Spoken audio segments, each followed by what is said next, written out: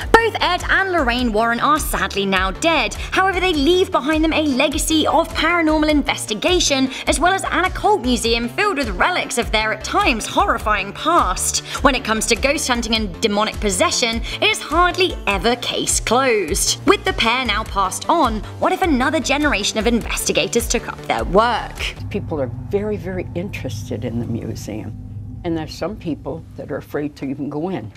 Hello and welcome back to Life's Biggest Questions, the channel that loves a deep dive into the weird and wonderful. We love a ghoul! I'm your host Rebecca Felgate, and today I'm asking what Ed and Lorraine Warren cases should we reopen? Before we get into this video, I want to ask you guys if you truly believe in ghosts, and more importantly, do you believe that ghosts can actually hurt you? I personally think I do believe in ghosts, but I don't think that they can touch you or harm you in any way. They can just freak you out, which, I don't know, maybe that's just as bad. Let me know your thoughts in the comments section down below. I am partial to a few ghost emojis too, so you know, go wild if you want to. While you're down there, why don't you like this video and share it with a friend? And I will say, when it comes to Ed and Lorraine Warren, the stories are kind of endless, and I don't think that you guys want to watch a video over 10 minutes long, so I've left links to the sources in the description box so you can do more reading around there if you want to. Stick around to the end of the video because I'm going to be replying to comments from a previous one. Ed and Lorraine Warren claim to have worked on over 100,000 cases in their time, although only a dozen or so have made headlines. When it comes to the pair, I would arguably say that none of their cases are solved per se. Sure, a demon may have been exorcised or a doll may be locked in a glass box, but for each case I would say there is a lot of lasting questions that need to be answered,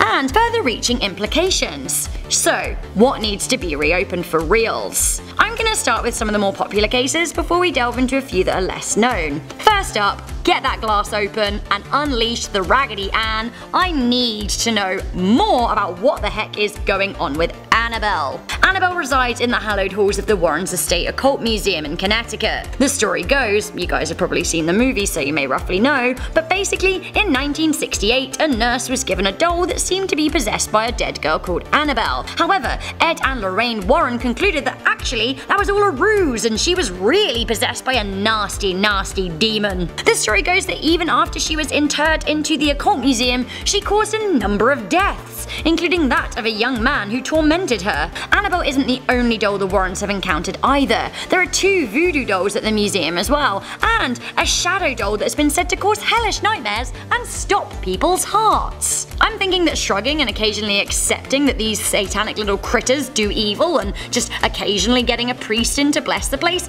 isn't really a resolution, is it? We need a deeper understanding of why evil can manifest in tiny humanoids and why Annabelle is still possessed. Where's the end? Is there one? Okay, so from the dolls to the haunted buildings, another thing that the Warrens are very, very famous for. A lot of the Warrens' work has been site-specific and can't be kept in the occult museum. The Amityville house, the Enfield poltergeist, the Borley rectory, these are classic haunted house situations that haven't been proven or disproven. Not satisfactorily anyway.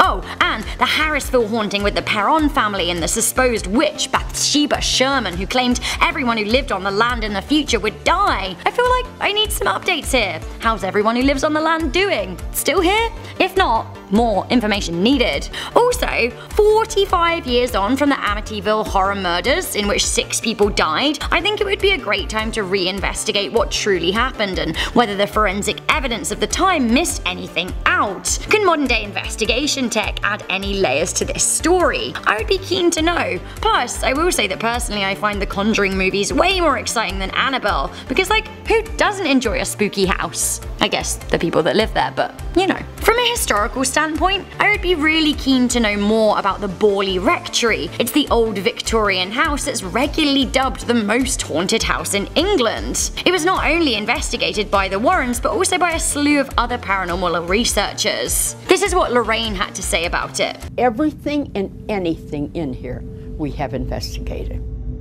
Don't ever touch anything, and if you do, let me know. So if that's the case, it seems like it would be pretty easy to pick up and get something ghoulish on the go. Perhaps there could be a reality TV show about it. If something happens as soon as you enter the area, why aren't we testing the water and doing more, you know, entering. Like, I'm pretty pro reopening all of the big, easy to access cases and taking modern day ghost hunters to key spots, but I'm also kind of feeling doing a much deeper dive into the occult museum too, because there are allegedly some seriously spooky artifacts there. The only issue is that the museum is for private tours only, and the artifacts of the Warrens' estate are, more often than not, absolutely under lock and key. I don't know why we're all planning on storming Area 51 when actually it would be way easier to storm the museum and go get Annabelle and her band of demonic mates. Not that I'm encouraging that or anything, because it's still breaking and entering, but also of interest in the museum is a satanic wood sprite who was found in the woods by a man who also claimed he saw a mystery chap in a black cloak.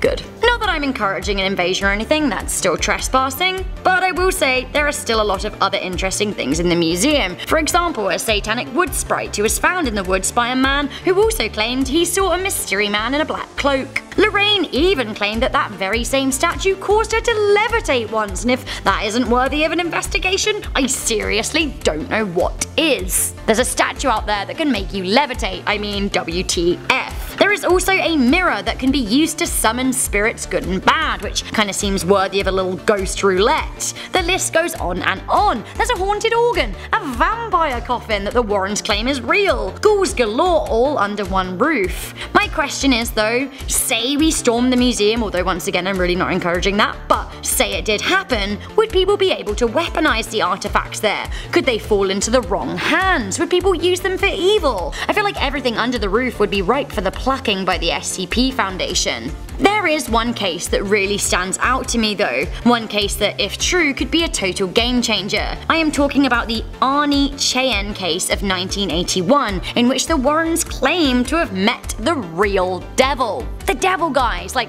OG evil, the man himself. They wrote a whole book about it called The Devil in Connecticut, but the trial itself was famous. It's known in pop culture as the devil made me do it case, one of the first times someone used the devil as their defense. It all started with a so-called possessed 11-year-old, David Glatzel. This is where Ed and Lorraine first stepped into the picture. The pair were called in to try and rid the boy of the demon, along with a Catholic priest. Over the course of several days, the group thought that they rid the boy of the demon. However, it may or may not have fled into his older brother, 18-year-old Arnie. A few months later, Arnie actually killed his landlord in an argument. His defense lawyer argued that he was nothing but possessed by the devil, and the Warrens, who had met him and already had dealings with him, were called in and testified in court. The pair did claim that they did believe him to be possessed by the devil. After their testimony, Arnie only served 5 years in jail, and he was released in his mid-20s. Not much is known about what he's up to these days. He's likely been given a new identity, but again, I just need more information here. If the devil is real and can truly possess humans, then, like, doesn't that sort of kind of change everything that we think about life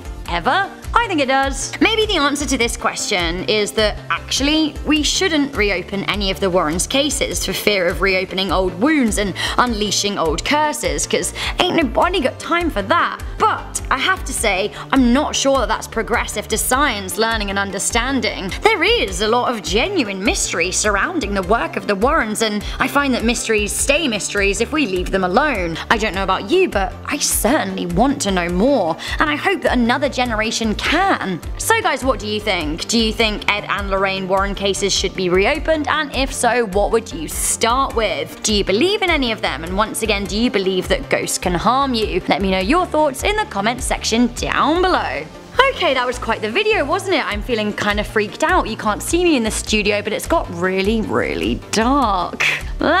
Before I go, I'm gonna read some comments from What If We Stormed the White House. Thomas Turner said, "Is your channel asking to be part of a watch list?" Honestly, I think it already is, and now I'm also convinced that Annabelle's watching.